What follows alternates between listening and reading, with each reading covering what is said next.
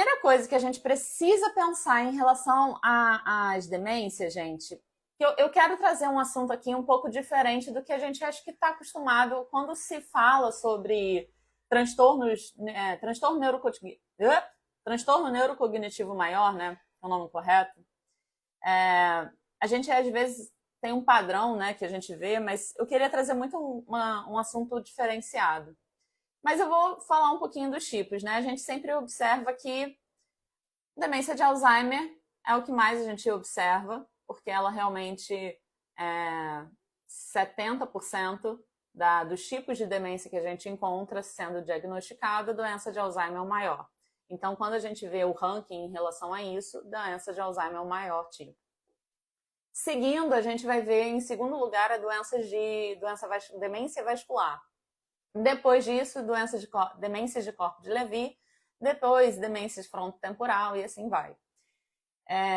Então, quando a gente vai atender a pessoa idosa que tem um diagnóstico de demência, é interessante a gente saber, lógico, compreender que tipo de demência você vai lidar, tá? Para você lembrar como é que é o curso natural daquela demência, para você entender de que quadro clínico você vai encontrar, tá? Mas, de maneira geral, eu gosto sempre de relembrar que a gente não vai tratar a doença, a gente vai tratar a pessoa. Então, é importante a gente saber, lógico, sobre a doença, porque não tem como a gente não saber sobre a doença, é lógico que é importante isso. A gente precisa entender sobre a fisiopatologia, a gente entender o que a gente vai encontrar sobre aquela pessoa, ou melhor, sobre aquele quadro clínico, mas a gente tem que olhar em principal, a nossa visão é principal sobre aquela pessoa. Por isso que a avaliação é principalmente ali aquela avaliação com a visão multidimensional. Por quê? Por que eu sempre falo isso? Por que eu disse que o material ia ser com um olhar um pouquinho diferente? Porque você vai saber muito sobre a doença, só que aquela pessoa, ela vai, muitas das vezes, não se conectar com a proposta e abordagem que você tem relacionada àquilo que você já sabe da doença. Então, vou dar um exemplo. Né? Digamos que você encontrou um paciente e o diagnóstico foi lá corpus de Levy. Então, o que você já sabe do corpus de Levy? Então, você sabe que ele pode evoluir, pode não, ele, né, de acordo com o que a gente sabe da demência de corpus de Levy, a gente vai encontrar bradicinesia, parkinsonismo, rigidez, instabilidade postural, então um alto risco de queda. Então, você já vai com um trabalho voltado para esse quadro clínico. Mas se você, há muita alucinação, esse paciente é um paciente muito delicado. Mas se você não sabe a história dessa pessoa, se você não se conectar com tudo que quem essa pessoa já foi, o que vai acontecer? Você não vai conseguir propor para essa pessoa um tratamento voltado para a história. E aí, automaticamente, quando você for propor um tratamento, uma proposta, uma abordagem, você não consegue conectar. E a pessoa ela não vai se sentir motivada. E aí ela vai sempre recusar. E aí você que já encontra um paciente delicado, já encontra um paciente que é muito difícil de lidar, você se sente muito provavelmente desmotivado, tá? Então, por isso que é importante, lógico, você conhecer a doença, conhecer qual é a fisiopatologia, como essa doença vai lidar, ok? Mas é importante você conhecer também aqueles pilares que eu sempre falo, o processo do envelhecimento, as síndromes geriátricas e fazer uma boa avaliação para você entender quem é essa pessoa, para então você formular o seu raciocínio clínico associado a tudo que você conhece da fisiopatologia daquela doença, ok? Contextualizei, agora vamos voltar sobre o que fazer e o que não fazer, beleza? Então, pensando nesse cenário lá, que são a demência de Alzheimer, a demência vascular, corpo de Levy, então vamos pensar agora em outra questão. É é importante a gente pensar da seguinte maneira. O que não é um paciente com um transtorno neurocognitivo maior, né? Um paciente que não é de demência?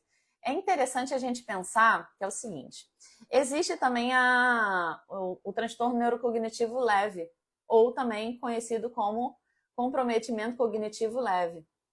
Gente, quando a gente pensa na definição das demências, a gente vai sempre encontrar a seguinte definição. É um comprometimento cognitivo, tá? Um comprometimento a nível de alterações superiores, que vai afetar a memória.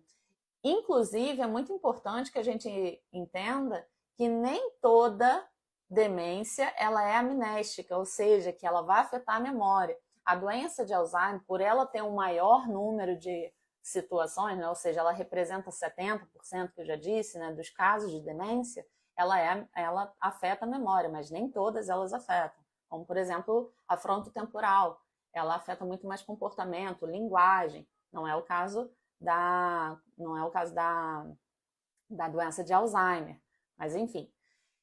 Mas pode afetar a memória, linguagem, como eu já falei, atenção, função executiva, tá? As nossas habilidades cognitivas de visopercepção, enfim, ok? Então, a definição de demência compromete nossas habilidades cognitivas, tá? Habilidades de função superiores, e também as nossas habilidades funcionais. Então, é isso. Ou seja, o que vai acontecer? Comprometeu as habilidades cognitivas e isso afeta as nossas habilidades funcionais, ou seja, vai afetar as nossas habilidades, a nossa capacidade de atividade de vida diária. É isso, tá? Só que, no caso do comprometimento cognitivo leve, ocorre um declínio da cognição, um declínio do comprometimento das nossas habilidades cognitivas, mas não necessariamente a funcionalidade. Então, não necessariamente a gente vê um paciente ali que está começando um declínio cognitivo, então você começou a atender um paciente. Esse paciente ali, você acha que está com um declínio cognitivo, mas você não fez esse rastreio na sua avaliação, porque a sua avaliação não é multidimensional. Como é que você sabe que essa pessoa está com um declínio? Como é que você vai encaminhar para um outro profissional? Como é que você vai fazer a sua abordagem? Você vai supor que essa pessoa está com esse declínio? Tá? Não é assim que a gente não trabalha no achismo, entende? Então, isso não é demência, ok? Outra situação que também é muito confundida, depressão e demência. Na maioria dos casos, muito comum, a demência está não associada, ela ter concomitante à depressão. Então, em muitos casos, quando o paciente tem depressão, também quando o paciente tem demência, também ter depressão. Mas, não necessariamente a pessoa que tem uma depressão grave, inclusive, ela tem demência. Só que por conta de um declínio cognitivo que a depressão normalmente apresenta, ela pode ser confundida com demência. Olha que loucura. E aí... Ixi, Maria, que a minha garganta hoje tá pegando. Tá anotando aí? Uhum. Tá, beleza. Peraí que eu vou falando aqui, qualquer coisa eu paro para responder, tá? Mas tá anotando. E aí, isso não é demência. Mas, de novo, tá fazendo o rastreio da cognição e do humor? Quem aqui estava na live de ontem, onde eu falei das vantagens de você ser um fisioterapeuta da pessoa idosa? Quer que eu pare para responder? Não, pode seguir. Posso seguir e faço no final? É melhor? Tá. Aí, mas vou fazer no final, viu? Vi que tem uma pessoa que mora em Portugal. Um beijo para Portugal. Isabela disse que foi sua vizinha e hoje ela mora em Portugal e trabalha em um lar de idosos. Tá muito boa essa live pra ela. Que maravilha! Então, falo com você no final da live. Então, ótimo. Que seja muito boa para você essa live. Então, enfim, aí continuando. O que eu tava falando? A memória aqui, a memória afetada. Mas enfim, então essa depressão, ela fica muito afetada. Mas isso não é demência. Ah, quem estava na live? Eu perguntei quem estava na live ontem. Quem estava na live ontem das vantagens de você ser uma fisioterapeuta da pessoa idosa? Lembra que eu falei das 5 M's da Mary Tinetti? Deixa eu testar vocês aqui agora. Então, gente, das 5 M's, o primeiro M é o mind, ou seja, a mente. Seguinte, gente, a mente é importante que a gente rastreie para a gente poder motivar esse paciente, para a gente ter uma noção de como está tanto o humor e a cognição do nosso paciente, é justamente para isso, para que a gente possa entender como é que está tanto a cognição, o nosso nível cognitivo e o humor, para que a gente não faça justamente essa falha, esse erro, essa subdiagnosticação ou essa falha de diagnóstico. Renata, a gente vai diagnosticar esse paciente? A gente está ultrapassando ali a barreira do coleguinha? Não, de forma alguma. A gente pode rastrear para isso facilitar a nossa abordagem fisioterapêutica e para que a gente possa orientar o paciente, ou no caso, orientar os familiares e os cuidadores. Cadê a Cleo? A Cleo estava aqui, não é? Orientar os cuidadores de como fazer essa abordagem e de como levar esse paciente para outros profissionais. É para isso que a visão da gerontologia serve. É para isso, porque a gente atua em equipe. É isso que funciona. Olha, eu vou falar melhor disso, mas eu já vou adiantar um detalhe. Quando a gente vai atender um paciente com demência, ou seja, com transtorno cognitivo maior, galera, a gente pega um paciente muito pesado. Cara, quem aqui, deixa eu saber isso. Quem aqui, fisioterapeuta, atende paciente com demência? Bota assim, levanta a mão, bota o coraçãozinho, coloca o coraçãozinho roxo, que eu testei, eu vi que todo mundo fala que eu ponho coraçãozinho azul. Que coraçãozinho azul, gente? Eu uso coraçãozinho roxo. Meu coraçãozinho é roxo. Olha eu dando esporro no meio da live. Bota coraçãozinho roxo. Ó. Luana atende. Aí a Luana atende. Gente, é um paciente que... Eu falo muito de energia, né? Eu gosto muito de falar de energia. Energeticamente, ele é mais pesado, tá? E fala sério. A gente, quando entra para atender esse paciente, a gente não atende um paciente. A gente atende 2. Porque a gente atende o paciente e o cuidador. A gente atende o paciente e o familiar, tá? Porque muitas das vezes o familiar, o cuidador está sobrecarregado. Essa pessoa passa 24 horas com essa pessoa que está com um transtorno cognitivo maior. Essa pessoa passa 24 horas com 24 horas, enfim, faz a troca ali. Então, assim, é muito delicado. A gente vai para lá, passa 1 hora, 60 minutos, não sei exatamente o tempo que você disponibiliza, mas a gente passa só esse tempo. Vai lá 3 vezes na semana, 2 vezes, 5 vezes, não sei. Mas é delicado. Então, a gente vai para lá e a gente precisa saber como atender esse paciente para que a gente possa passar as orientações devidas para esse cuidador. Então, eu vou falar melhor disso já, mas entende a diferença de como é importante que a gente saiba detalhadamente o que é e o que não é, para que a gente possa fazer essa orientação específica, tá? Vai anotando aí. A Lu falou alguma coisa. Trabalho voluntário, uma instituição onde a maioria dos pacientes é muito delicado, né, Lu?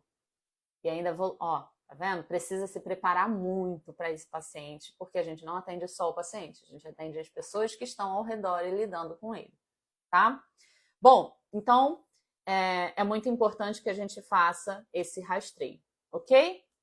Bom, e aí ainda tem os casos, é importante, até lembrei aqui, é importante que a gente entenda também os casos que são reversíveis, ok? Ainda tem a gente lembrar que tem os casos reversíveis, as demências reversíveis. Então, por exemplo, a hidrocefalia por pressão normal, os casos de demências infecciosas, casos de alcoolismos, traumatismos cranianos, enfim, esses casos todos que causam demências reversíveis. Então, tratou, voltou ao normal.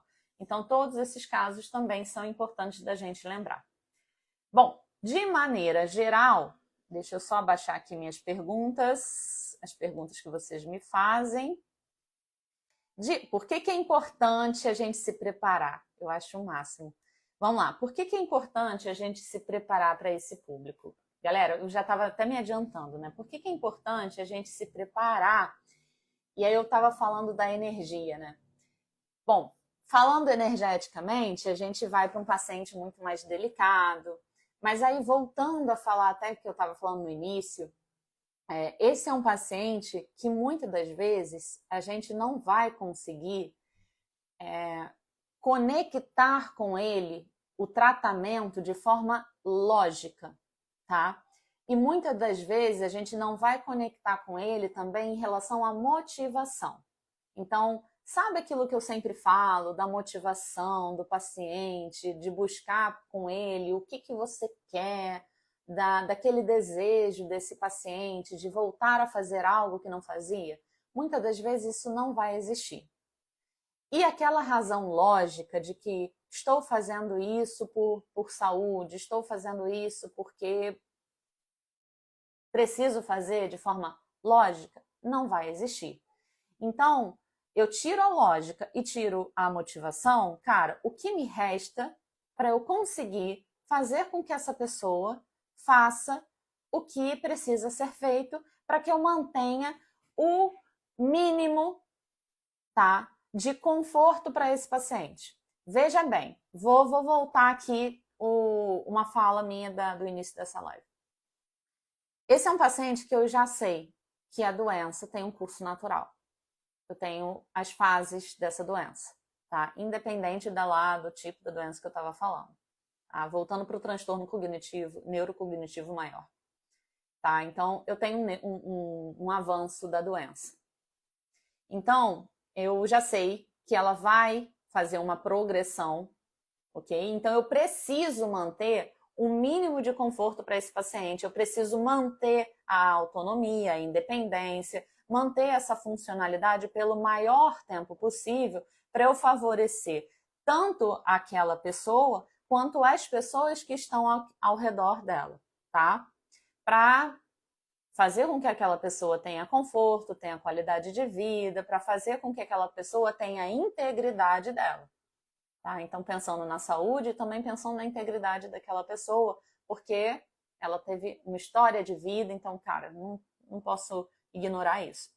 Então, como é que eu faço para que a minha abordagem fisioterapêutica, pensando naqueles objetivos gerais, de manter força, de manter mobilidade, de manter quadro, ou melhor, de melhorar quadro álgico, enfim, de tudo aquilo, como é que eu faço para fazer sentido? Então, eu tenho que conectar com a história.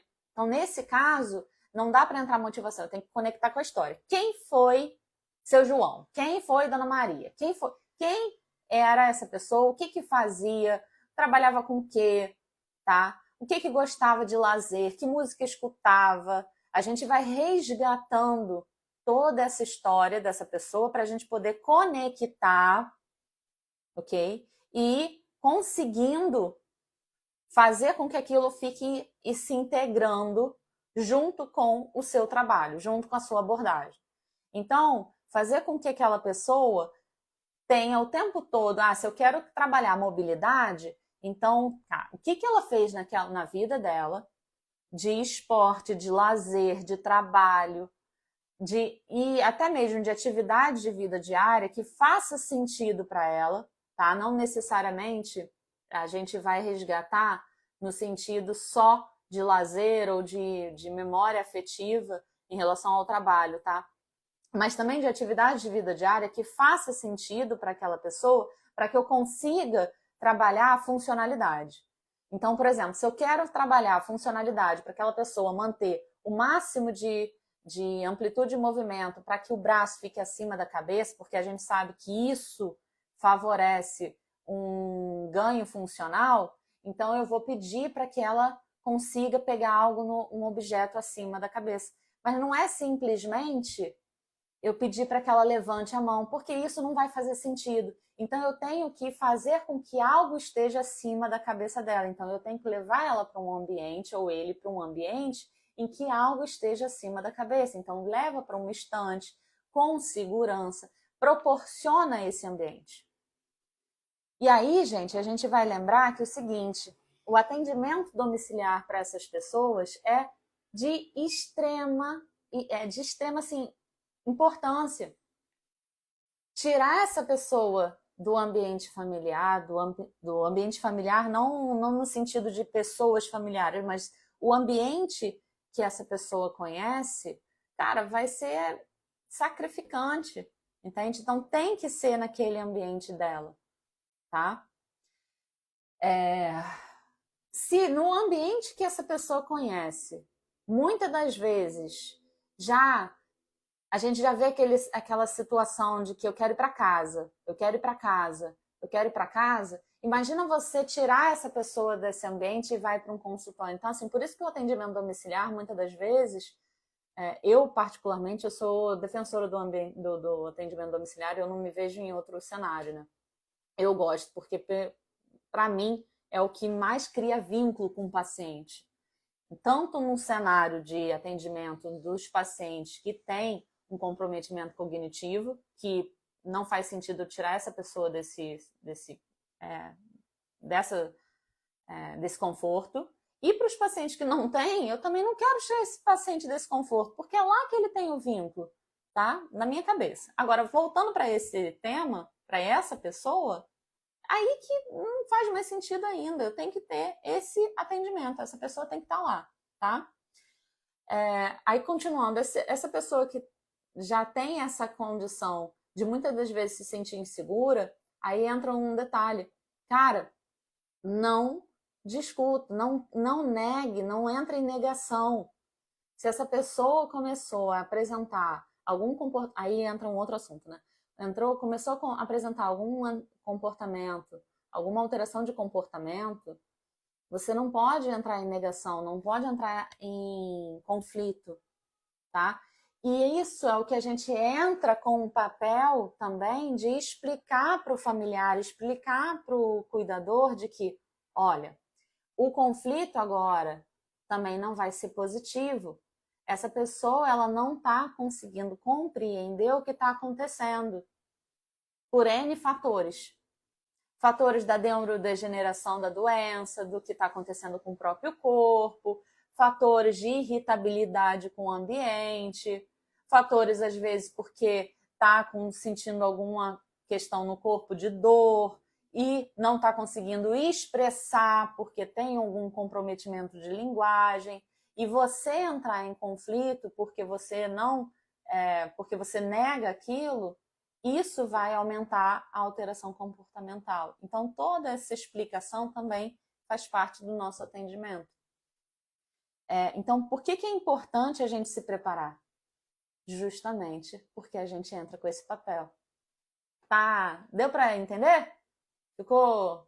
Nossa, parei para falar pra caramba, né? Mas foi? Pegou aí? Deu?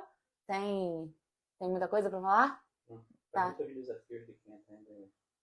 Oi, como? O que foi? Pergunta de desafios de quem tá, desculpa. Tá, vamos lá. Galera, me manda aí os desafios que vocês mais têm. O que vocês mais sentem em relação a desafio para atender o público, ou melhor, esses pacientes com algum tipo de demência. Manda aí vocês, por favor. Tem alguma pergunta que você queira que eu pare? A Isabela disse que realmente precisa dar muita atenção para isso. Precisa de muita atenção. Você tem que se dedicar bastante, não é tão fácil. Essa questão da negação, de entrar em conflito, não faça. É importante entrar com um distrator. Então, quando começar a entrar com um conflito, ou seja, o paciente começou a entrar com uma alteração comportamental, respira, entra com um distrator. Então, vem aqui comigo, deixa eu te mostrar. E aí mostra uma paisagem, mostra um retrato, mostra alguma coisa para distrair essa pessoa do que ela está focando naquele exato momento, enfim. Começa a entrar com um distrator. A gente, como fisioterapeuta, é importante. O que eu sempre falo, durante o atendimento, de fisioterapia, está fazendo um protocolo de tratamento ali, está fazendo um protocolo de exercício, o paciente começou a entrar em alteração comportamental, normalmente agressividade e apatia. Apatia é a alteração comportamental que prevalece geralmente nessas alterações comportamentais. Apresentou apatia, ou agressividade, começou a alterar muito, para o que está fazendo, entra com algum estímulo cognitivo, pede para falar o maior número possível de animais, pede para você mostra alguma imagem. Que imagem é essa? Pede para falar uma cor que gosta, entra com algum distrator, ou pede para a pessoa levantar. Bem, enfim, depende de quem é o seu paciente. Começa a distrair, acalmou, volta a fazer o que estava fazendo.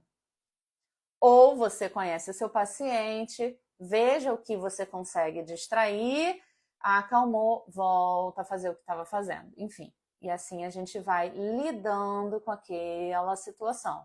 O familiar está no meio, começou a negar. Não, você está em casa, não, você está em casa. Para, faz algum sinal, nada de gritaria, todo mundo abaixa os ânimos, chega no cantinho, ela sabe que está em casa, mas na verdade agora nesse momento ela, enfim, e aí você vai explicar a situação, que não é para negar que você está em casa sim, aqui é a sua casa, não.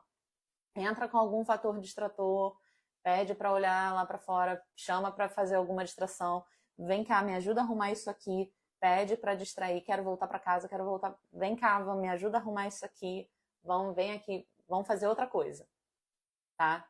Chama para fazer um distrator. Olha essa paisagem, me ajuda a arrumar isso aqui, me dá essa boneca, aperta esse canal, enfim. Não é para ver TV especificamente, tá? Chama para fazer um distrator e aí se acalma. Não é para negar, não é para entrar em conflito. Bom, uma coisa que eu gosto sempre de falar, que eu acho que eu falei lá no início, né? Tô de acordo no meu tempo. Uma coisa que eu gosto muito de falar que é o seguinte: o foco nunca é na doença, tá? Se você fica demais com foco na doença, o foco nunca vai ser no paciente. E é por isso que eu gosto tanto dessa visão multidimensional. Porque quando você chega para avaliar esse paciente, quando você chega para olhar o seu paciente, o foco é na pessoa. Quem é, como está, quem foi, para eu poder abordar. Mas, Renata, eu preciso saber como é a doença. Para eu conhecer a doença, lógico, tá?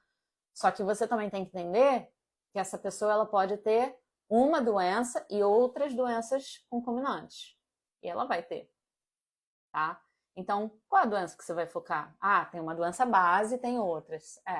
Mas e aí? Como é que você vai fazer? Você vai focar em todas as doenças? E vai esquecer o indivíduo que está ali? E aí você começa a falar, o seu fulano da demência, o seu Beltrano da artrose, sua dona fulano da depressão, seu Beltrano da... Cara, não dá, não é assim. O foco é na pessoa. E é isso, entende? E a visão multidimensional que a gerontologia... Ih, hoje a língua tá presa porque Oxi! Peraí!